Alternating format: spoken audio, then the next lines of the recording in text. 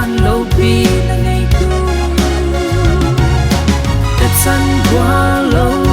mal sông là lấy vô ca bằng thai cây tân tóc ta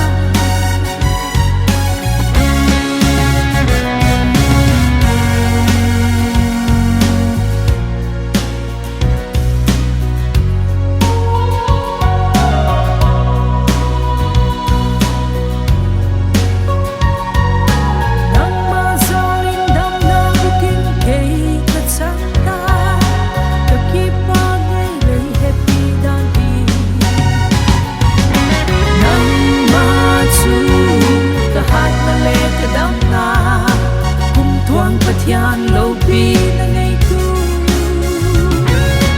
đất sân qua lâu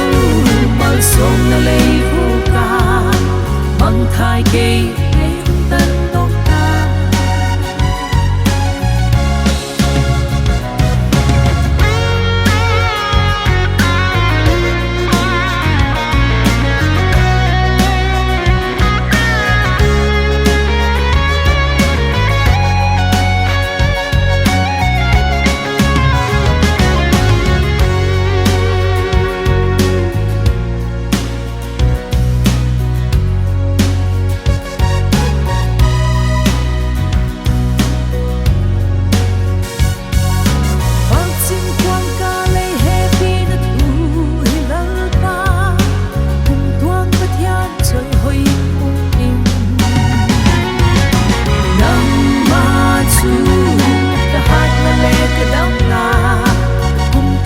thian lâu pi là ngày thu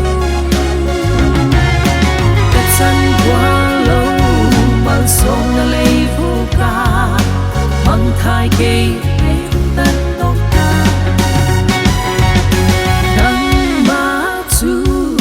cả hát là lệ cả đâm na cùng toang cả thian lâu pi là ngày thu đất sân qua lâu mal sông là lấy vô ca bằng thai cây